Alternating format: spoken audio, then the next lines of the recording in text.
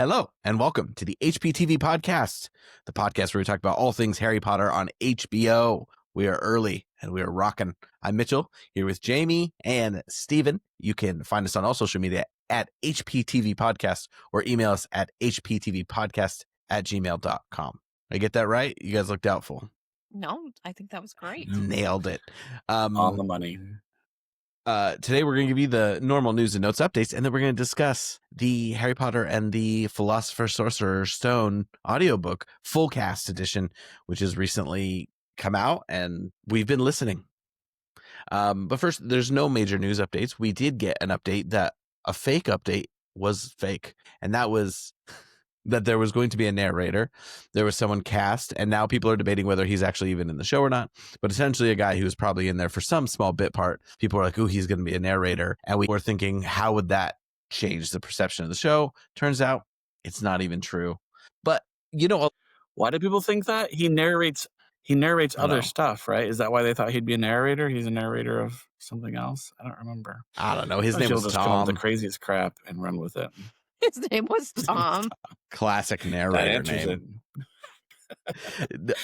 Well, I don't know what led to it, but I will say a lot of those little things, like it came from one of the sources where a lot of this random little leak casting has been true, because if you think about it, there are still names that are going to pop up where they're like, well, there was no reason for us to tell you who Madam Pince is, although I think they have told us who Madam Pince is.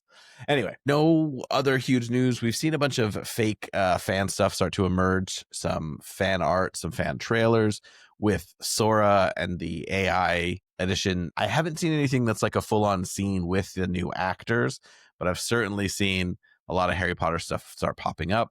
I think the one worth discussing is the main logo, because that typeface is actually just a slight adjustment from what was on the books. So have you guys seen any fan-made posters that you're impressed with? Do you want to see a change in the logo? I saw one. Oh, I can't remember what the logo was, but I did see like a series someone did of like the actors in character, which was clearly like half, AI manipulated. But I kind of like the style of them, but I can't really remember what the logo was. I saw one pretty bad one that now I feel like I should show, but that was the only one. And then you're saying you saw some more pop up, and I'd seen some of the fan trailers and everything. It always cracks me up, not on the Facebook, because you should never take anything on Facebook seriously anymore. But when a trailer pops up and gains traction on Instagram or TikTok, and it's a trailer for like a movie that doesn't even have a sequel filming. Like, people have no sense of whether something is actually being like the sequel to the Italian Job. They're like, whoa, did you see this trailer for the Brazilian Job? No, it's not real. Okay. These ones I've seen a lot. Oh yeah. I mean, some of them are pretty cool, and it's always exciting. Oh, that one's crazy.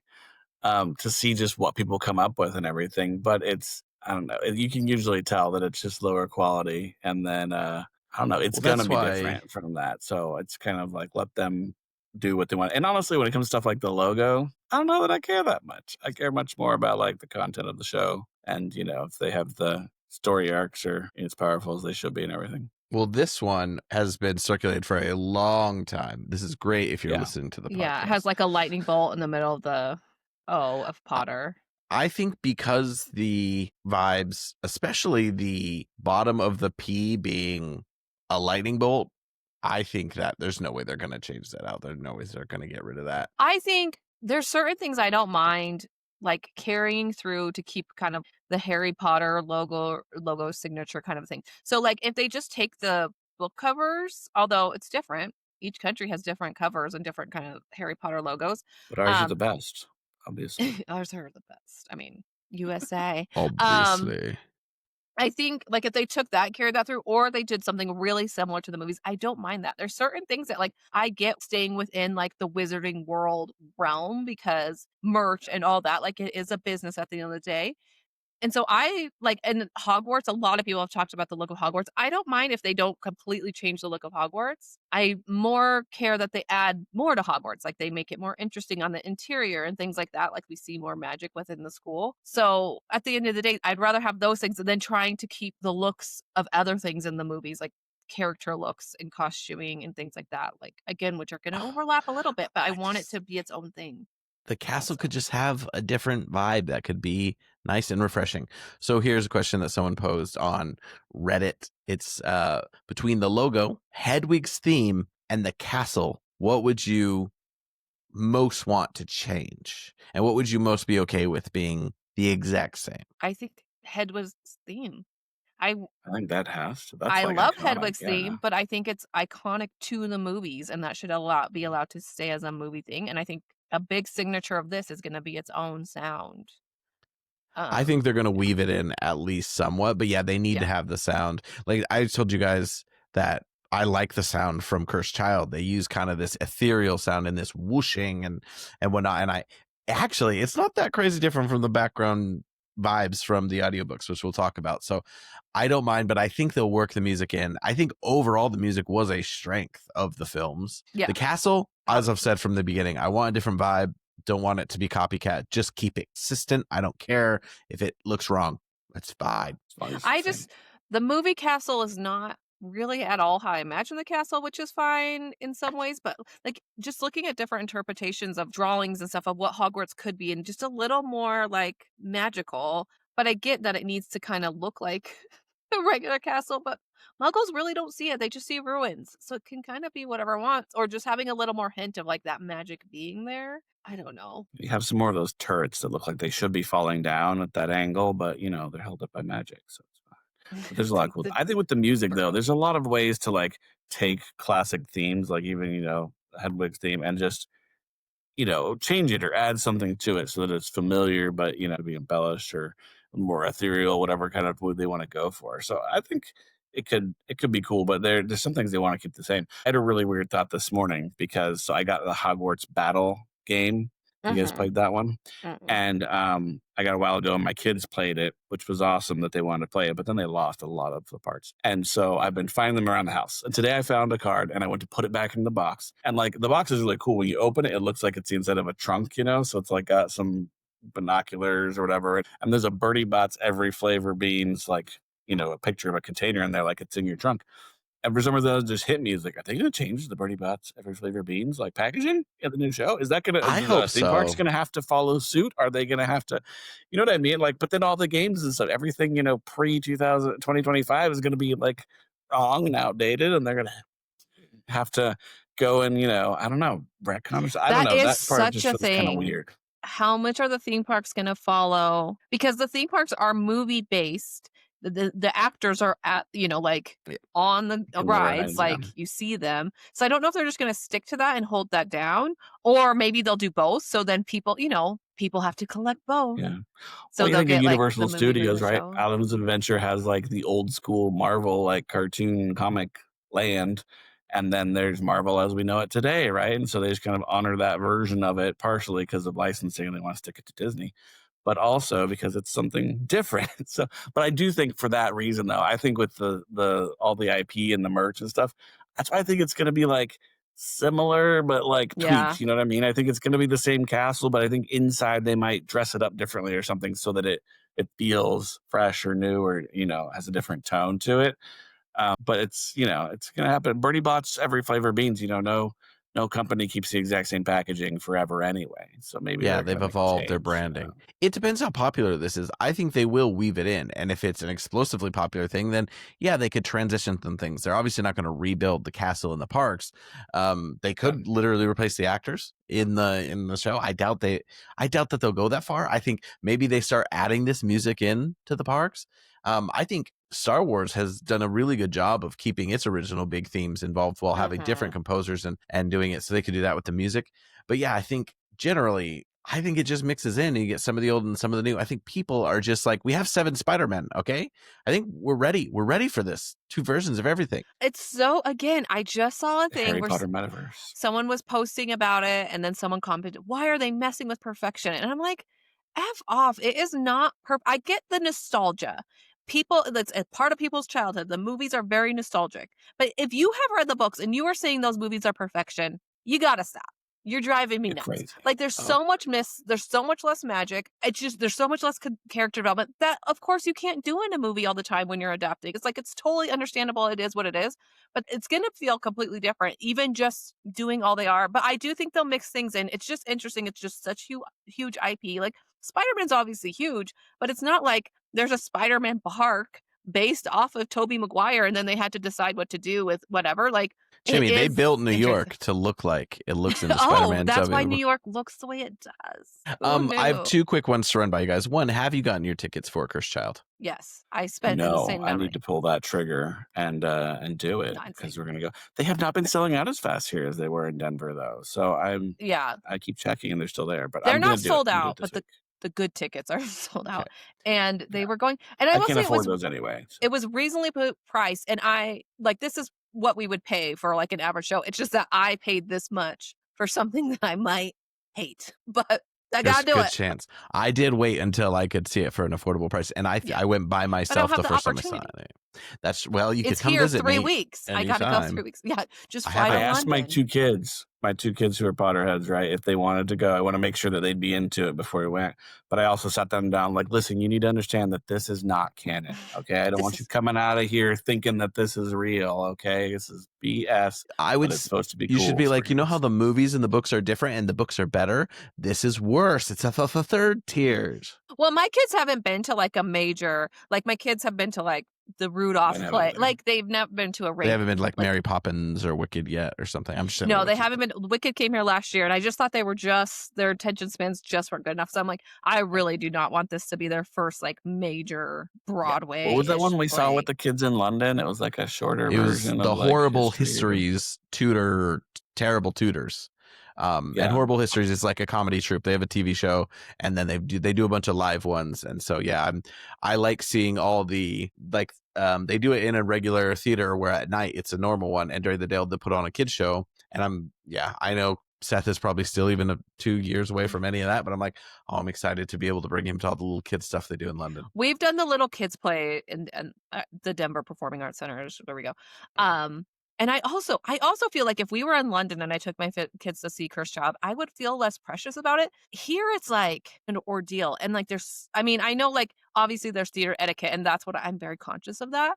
But I feel like when I've gone to plays in London, it's more casual feeling to me than when I go in Denver. Like it's like you're going out, you better be quiet. Like, and of course you can be quiet. You want to be quiet and let everyone hear and stuff. But like, if you get up and go to the bathroom or leave the theater, it does not feel as big of a deal. Like here, you feel judged. So Here, to have like kids that might it's need to quite go potty. I need a to go talking potty. point here that people are too casual. But I'm like, look, if you're a tourist and you're out for the day and you go to the half price ticket booth at 5 p.m. to get it, like you should go. Like I want people to shut their mouths and their phones. Yeah, but be otherwise, quiet. yeah, it's not a huge night out. It can be. Some people treat it like a big thing, but when you're filling every theater every night, it kind of makes sense that they're not. Well, like we went the night after we went to the Harry Potter studio tour. Remember, Michelle? And I had a huge bag of all the stuff I bought. Oh, And I yeah. was like, I can't go to the theater. And you're like, you totally can here. Like that would not fly in Denver. They'd be like, you need to go check that or whatever. And a lot of them don't have code or bag check. The only thing is judging you. luggage. You cannot bring like a full luggage in there. And You some of can't those sleep seats, man, are tiny. You Have don't you want to bring your tried? shopping Are you in. sure? I'm on Reddit. Okay. I have one more last thing and then we'll talk about the audiobook because we've gone on.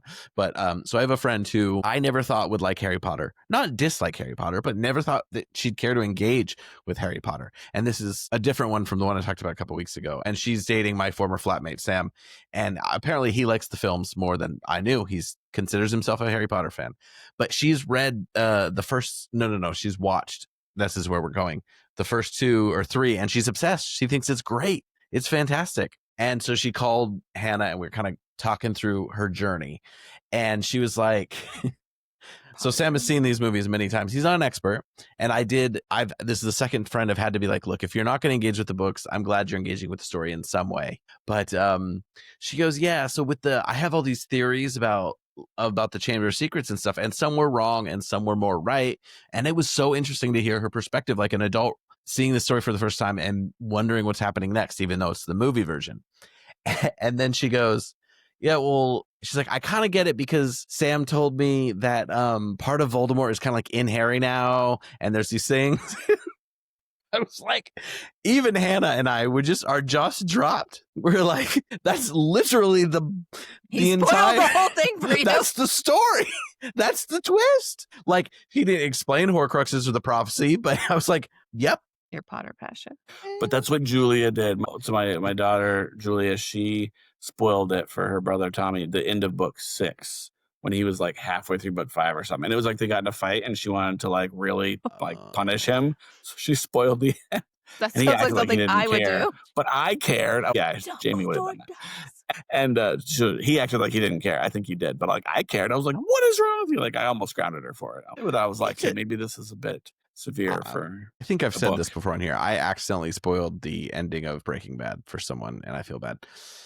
Also, Breaking Bad, Vince Gilligan has a new show on Apple that I want to watch, but haven't had time yet. Don't know if I will. But I know I need to watch it. I keep thinking about canceling Apple, and then like there's something I'm like, oh, I gotta still watch that, and I still. It's like they space out the releases Just so that it's right. like, crap, I'm going to keep it for one more month so I can watch that. I'm gonna and then keep they raising the fucking- price. Anyway, I thought it was just hilarious that she was doing us theorizing, and don't get me wrong, there's so much more detail to it. But I was like, he literally told you maybe the most important thing. And I don't remember how exactly she phrased it, because it wasn't just they have a connection. Like she kind of said essentially what the whole point of the story is. So anyway, terrible job, Sam. He'll never listen to this, but Kira might. She said, she's like, maybe I'll May listen to he your burn in podcast. hell for that. Well, we would spoil if she listens to this. Everything's spoiled for her anyway. He should be grounded. Well, she'll wait until she's watched all the films. And, you know, she's a teacher. She's got a big break coming up. So, you know, But I probably think will that's be the done. difference when you're a movie fan. That stuff is less precious. Like you don't, Yeah. it isn't as big of a reveal. I feel like I don't feel like No. it's as stunning in the movies as in the book. You've literally in this character's head for years and years and years, and you don't realize. And maybe as adults we would have put that together. Don't get me wrong, but there is something. And it makes less sense. Okay, I have one Oh, more yeah, random thought is there's- that These things. I want Ron to be a little bit more competent, a little bit less like the dunderhead, even though I think Rupert Grint did a great job. Like, I think he can still be that friend while also being kind of like, he has the experience of being based in the wizarding world.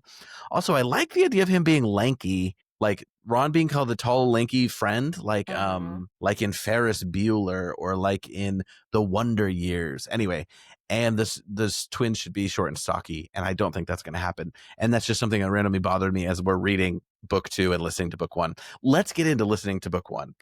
Jamie, you've listened to many graphic audiobooks. And Not now many, that I'm but I've listened to some. now that I'm hearing all the background sounds and the random grunts and the from the characters and stuff, I don't know how you listen to Fourth Wing, because I would have just felt inappropriate the whole time, because you just hear dragons moaning in the background. So Fourth Wing only I don't think the third is out as a graphic audio, and I honestly don't know if I would do the third, where I feel like there is more dragon loving in the third. But I could be wrong about that. Maybe it's a second. Anyway. There's only one significant I know next to dragon-loving nothing moment I about remember. these books. But there's a But lot now of human-loving, Sorry. and the There's dragons not are actually- in there's- their minds. There's actually not a lot of human loving. There's only a chapter or two each book. I Okay. will tell you the chapters, because I've told many people what chapters to skip if they do not want that. So you're going But to say, I told many people what chapters to go to if that's all they want. I'm like, just listen to this chapter. It's all you need. I'm gonna not Sounds continue. 'cause- traumatizing. There's dragons doing it in these books. Ish. and their minds are You don't directly intertwined see it. with the dragons. Spoiler Their alert. minds are And so, intertwined with the dragon, so the humans like, oh, I gotta cut off this connection right now. and when the because- dragons are in heat, the humans are like, oh, they're okay. also in heat. Okay, mom and dad. Like that female dragon is looking. Oh, Jimmy, you might have to good. edit. Don't edit the whole thing out. Just tame it down. I I'll don't tame need it mom. down. I'm going to see mom in 2 days. I don't need her to hit me. I'm gonna remind her what we're really like. Anyway, so there's things. My first experience with graphic audio, I was like, this is too much. People's feet and stuff. I will say these feel toned down to me from the graphic audio, which is like its own company that does audiobooks like this. I think this is just Audible, so it's a little bit different. Their whole thing is it's a movie in your head. And I'm like, I don't need to hear every grunt. I don't need to hear every footstep, but I do like the atmosphere of this. We've only listened to one book, a little bit better. I don't think it's too bad, but there are moments, the grunting, and so when Hagrid's telling Harry the story of his parents, like that was like my very first, like, oh, it's because Harry's like, and I'm like, I don't think Harry's doing that in that moment. He's having internally he is, but on the outside, he's not like breaking down Grunting. necessarily, like grunting. Yeah. Like that's too much. I don't know why we're doing that. And it Well, takes there's you out of it certain a little bit. scenes where people go like someone's talking and like there's no dialogue or anything in the book to indicate that the other person is like agreeing with them Yeah. or anything. But there are parts where you can hear them going, or like, Yes.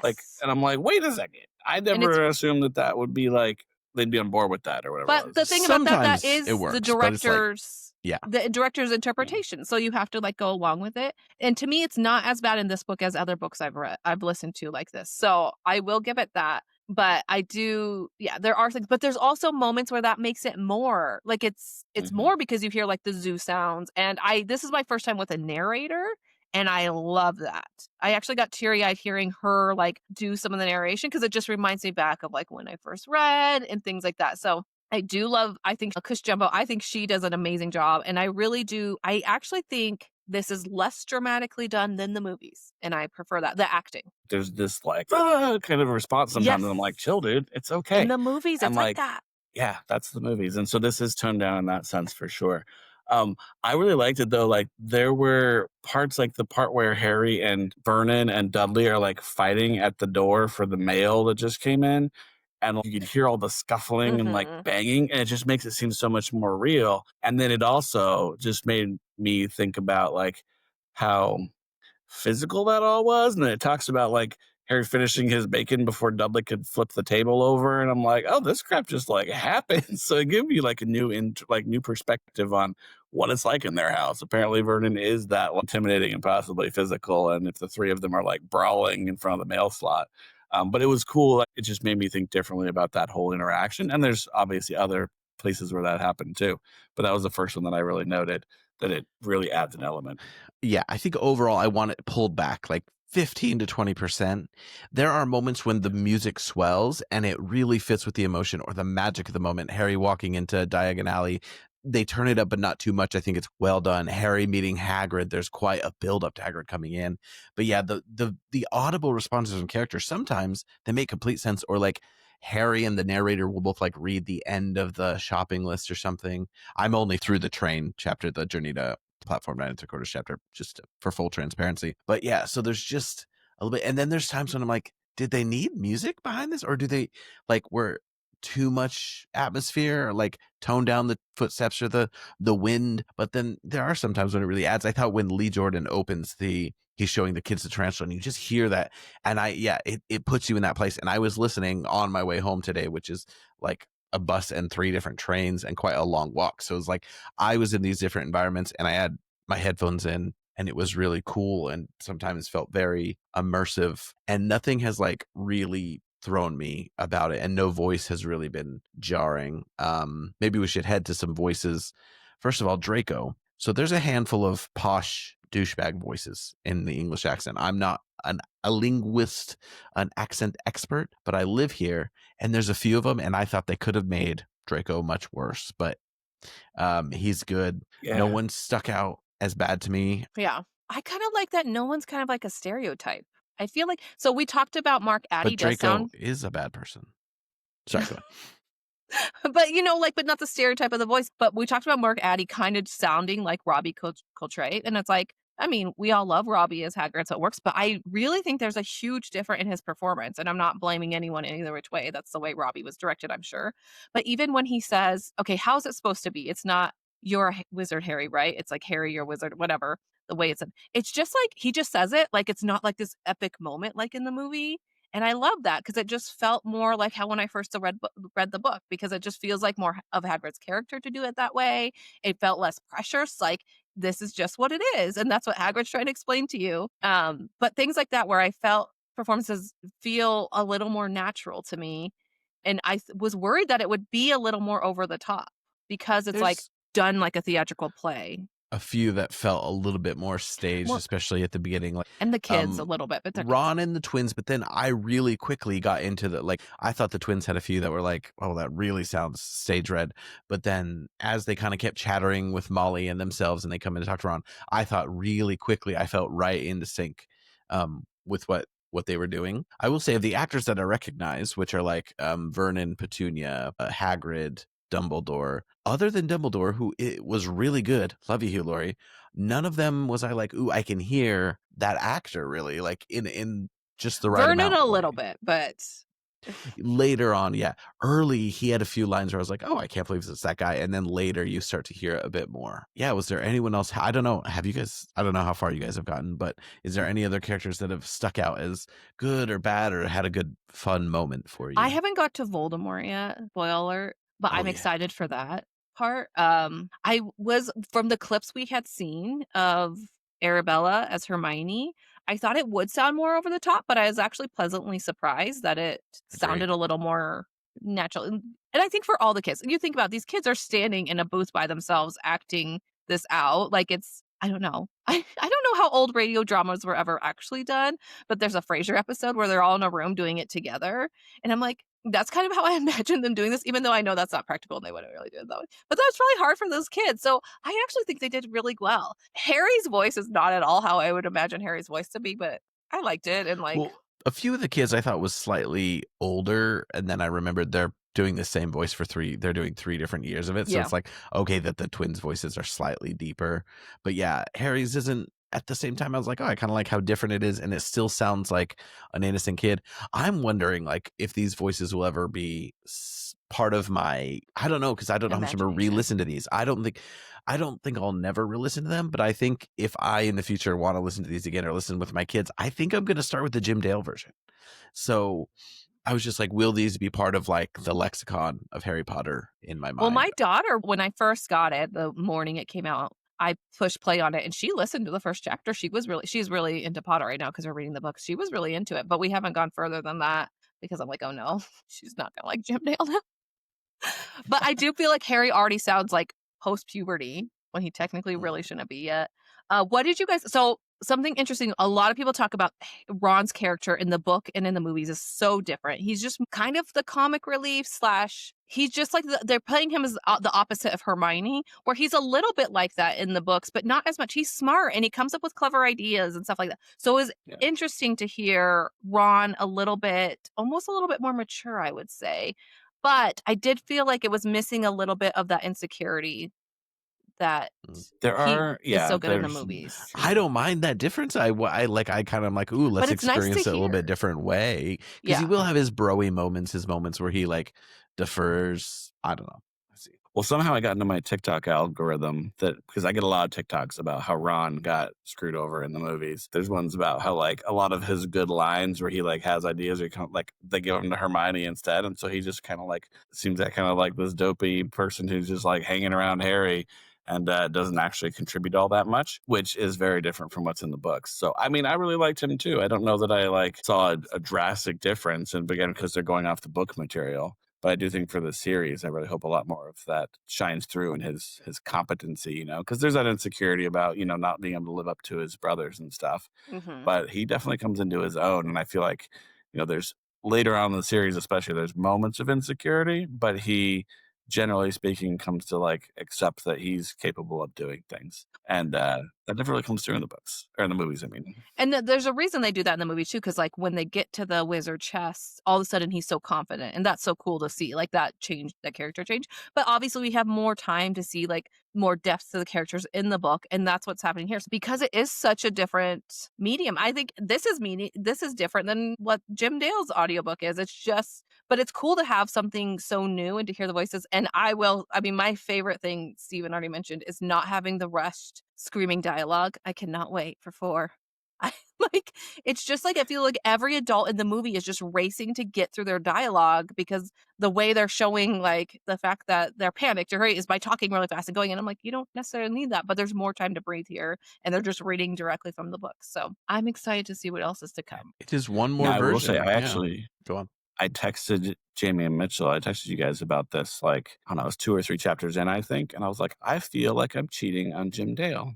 Like, there's just this level of loyalty. Like, I've listened to books 1 and 2, the Stephen Fry versions, because I was just curious. That's and cheating. Like, it brings something to it. It's this, different element and different way of expressing some of the stuff, which I thought was interesting. But obviously, I stopped after that because just Jim Dale's so much better. And listening to this, I was like, this is actually really good. And I was like, I'm excited for the other books. And I was like, Stephen, how could you do this to Jim? Like, you're such a jerk. But yeah, I do think I'd go back and revisit those ones too. I still can't believe they did not get them to each do a cameo. It just makes no sense. Well, Jim Dale's 90 years old. Yeah, Jim Dale's I don't know what he's up to. But you know what? All credit to Jim Dale. He is the king. I mean, Stephen Fry did great and people love him. But I mean, that's over 130 voices that he had to do. And yes, some of them change. Some of them sound the same. We know because we've listened to the book so many times. But I mean, the fact that one guy can do it and it have so be so good and so effective compared to this, which has all this production behind it and a full cast, is kind of incredible. Chamber of Secrets, December 16th. So it's crazy how fast they're coming. I know. It's nice though. Thank you. Thank you, someone. Here's where I'm at. So my first 3 months of Audible were 99p. So after that, I think it's $7 or $8.99 a month. And I'm like, am I going to keep it? Cheap. But I feel like I have to, but I might pause it and then wait for the next promo. Yeah, that's true. There'll probably be a Christmas promo or something. Goblet of Fire and everything. Because can you log into other people's, or because they're in the UK now? It's tricky, but I can. I have.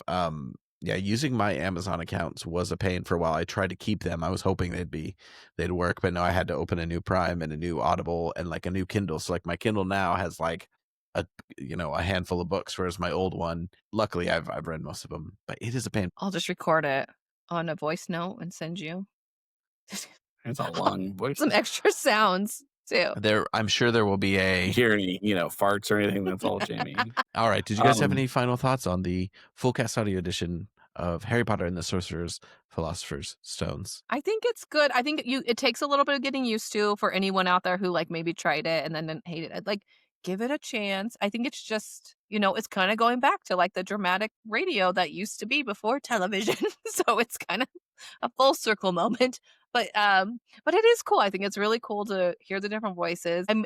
It'd be nice if there was maybe an option to tune down the background sounds a little bit. But again, go try to listen to Fourth Wing. It's worse. So, and then come. Well, there are some parts where like the background sound or even just like the other dialogue is so loud that you can't hear like responses from people. Like there's a couple of places where I'm like, I know that Draco's supposed to say something back right there, but you can't even really hear it. Yeah. So there's some sound mixing stuff. Now, one of the cool things with Audible is that they're able to make those edits and then like upload the newer version. So when people like listen to it later, or if we re-listen to it in the future, like that sound mix might be better after they've, got enough complaints. I agree with that. There is some stuff like when Petunia at the beginning responds to Hagrid and she's doing her own speech, it gets louded, but she almost sounds like way off in the distance. And I'm like, oh, this is actual dialogue in the book. We should be able to hear it better. Yeah. Well, and I think this is the main conversation right now. Yeah. Why does it sound like I'm on the other side of a she in the mountain? And some of the responses are the ways that characters talk things like border on added lines. Like they border on like, oh, well, yes, they would have reacted. Changes but that the meaning. Actually kind of changes it. No, generally, I will say even the stuff that kind of gets lost, I'm like, well, it does make sense within this model of the story, but I wonder if they'll get enough complaints that there will be some episodes or the next book comes out and it's just toned down. Like I said 15 to 20%, that's probably a lot, but 5 to 10? Come on. I mean, well, and I'm just interested. I'm interested to hear from people who watch the movies, didn't read the books, if this is their first time with like their first experience with the books and what they're going to that would be very interesting. But hopefully they're not like that screaming, crying chick on TikTok. What was her name? Who did her first read of Harry Potter, and she was Kira. You know what's funny? Her name is Kira. My friend who's watching the movies now, her name is Kira, and she's may get a different job where there'll be a big commute. And I was like, you could listen to the books, and she's like, maybe. So we'll see. But you've been spoiled already. Your terrible ways of only watching the movies. There are a few things, but just remember it's interpretation. And if you want to have your own interpretation, read the books. Well, my favorite thing about it is that because like with the movies, and I mean as a TV series you can do, it's that thing where it's almost like they determine everything for you, right? Like exactly what the visuals are, exactly what the tone is. There's very little room left for imagination.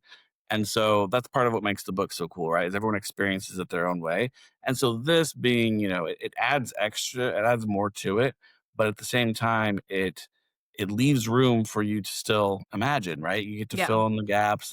It still gets to be like a personal experience. And so I really thought that was a cool way of, it's taking it to the next level from what, Jim Dale did, which is great. But it's not taking away or controlling the experience too much. I think we're the people in the world who have done this most right. You should read them with your eyes. Then you can listen to one of the single narrators. Then you can listen to the full cast. And then you can watch the TV show. And then you can watch the movie.